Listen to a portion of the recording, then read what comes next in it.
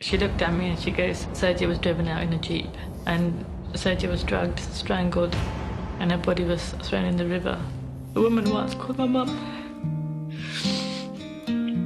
She was actually a murderer. In December 1998, Surjit Athwal went to India and never returned. The question is, what happened to her? Was it foul play or did she run away? Hi everybody and welcome back to my channel where we talk about real crimes and real people. This is the case of Surjit Athwal. Wanna know what happened? Let's get started. Surjit Athwal was born on July 17, 1971 in Coventry, England. She grew up in Falls Hill. She lived in Park Street with her parents and siblings. Surjit was of Punjabi ethnicity and at just 16 years old she married a man of the same ethnicity 10 years her senior in June 1988. This was a forced marriage. Surjit moved in with her husband's family. Her mother-in-law, Bachan Kaur Athwal, controlled Surjit and treated her like a slave. Surjit was described as an attractive, lively young woman. In 1998, Surjit lived in Hayes in London Borough of Islington with her husband Sukdev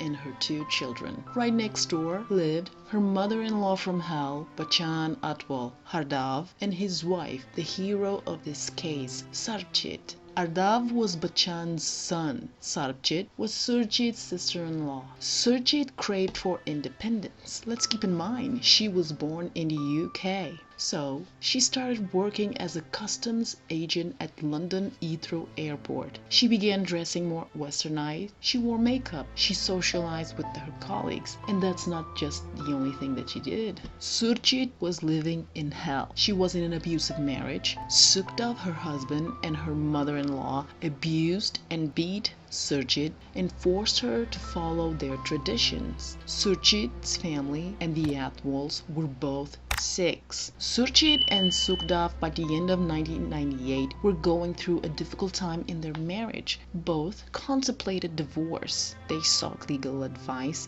but Surjit told her lawyer to hold for further instructions. However, she never followed through. Divorce was on the table because while following Surjit, Sukdev saw Surjit with another man. Surjit was having an affair with someone she met at work and who some people speculated was the father of her youngest son. The secret was out. Surjit wanted divorce, but Bachan, her mother-in-law, didn't in the beginning. Why? The divorce would bring shame to the family. Eventually, Bachan told Surjit she would agree if Surjit went to India to attend 2 weddings. See, Bachan had already a different plan. Everything had been decided within the family, but Surjit didn't know her fate had been written. She had no input in it. Her days were numbered. Bachan set up a meeting with immediate family members. Bachan told other members she was fed up with Surjit. She had decided to take Surjit to India and get rid of her. Sukdev was there and supported the decision. her.The was against it. His wife Sarbjit was horrified. Bachan told him it was all arranged. On December 4th, 1998, Surjit and her mother-in-law Bachan flew to Delhi. At the airport, the 2 women met with Bachan's brother when he picked them up. On December 5th and 6th, they attended 2 weddings in a rural area of Punjab. Photos and videos show Surjit was still alive at that time.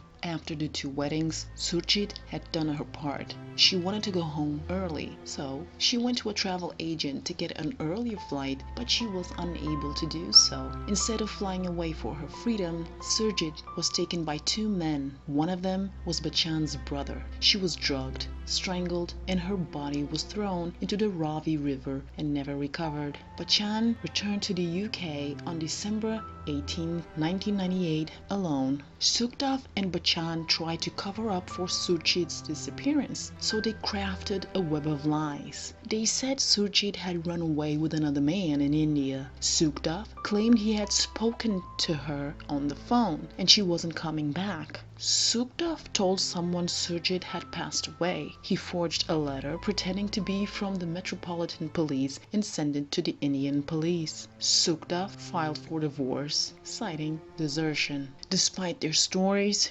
records showed Surjit never boarded another flight. There was no activity on her bank account or credit card. She left her mobile phone and driver's license at home. Her passport wasn't renewed. Her national insurance registration was canceled in 2000. She wasn't known to the social security system or the criminal justice system. There were no reports of accidents or illnesses. There was no contact with her children, her family members, or work colleagues, or even the man she was having an affair with. Where was Surjit? A few days after Surjit left to Delhi, her sister-in-law Surjit Athwal contacted crimestoppers.uk, leaving a message expressing her concern for Surjit, but there was no response. When Surjit didn't return, she sent an anonymous letter stating her concerns. However, police botched everything from the start. May 2000, Bachchan Sukhdev plus 2 family members were arrested in suspicion of conspiracy to murder, but they were released without charge. The evidence were purely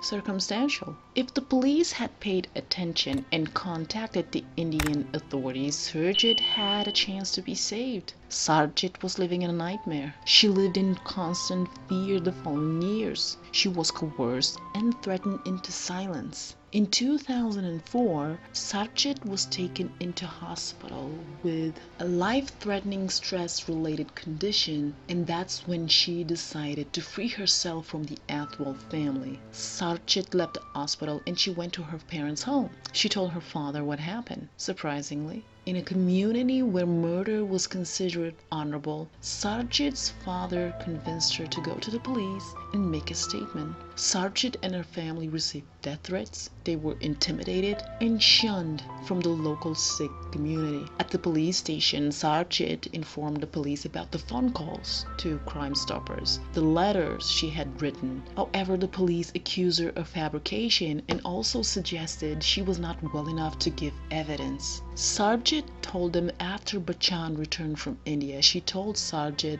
her brother Darshan and his friend took Surjit in a car. She was strangled and her body was thrown into the river. Sarbjit named Bachchan's daughter, as one of the people being present at the meeting when they plotted Surjit's death. Bachchan was arrested. She denied being at the meeting. She described the conversation with Bachchan where she told her the story of Bachchan's brother and friend. She then later on recanted that story. She said she didn't remember that conversation. In 2005, the authorities reopened the murder case. A Met investigator traveled to India to gather evidence and witnesses. In November 2005, after the statements of Sarbjit and Bachchan, Surjit Athwal and his 70-year-old evil mother were arrested and charged with conspiracy to murder. In August 2006, they were charged with murder. Surjit and Bachchan went to trial in the spring of 2007. Sarbjit was the star witness. She was the first person to testify in a court case against her own family in an honor-killing trial.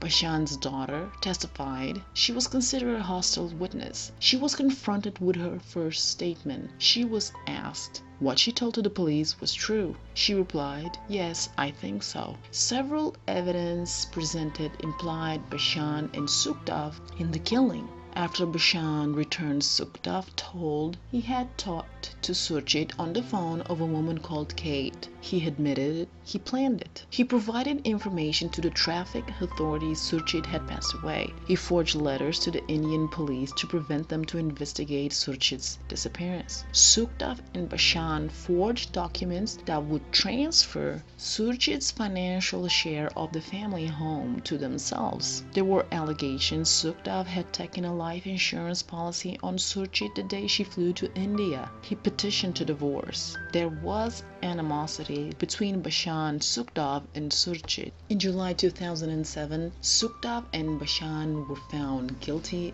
of murder. Bachchan was sentenced to life in prison with a minimum sentence of 20 years, which was later reduced to 15. Surjit was sentenced to life in prison with a minimum sentence of 27 years, which was later reduced to 20. Surjit's children were taken into care of the social services. and the money from the family home that was sold in 2007 was deposited into Bashan's account, then transferred to several members of the family. Surjit's portion went to her children. Surjit's brother fought for justice for his sister, including those who had killed and disposed of Surjit's body into the river, but they never went to prison. Sarbjit founded a charity called True Honors to stop abuse and save lives. Sarbjit's bravery to go against cultural customs makes her for sure the most honorable person I have ever seen in an honor killing case.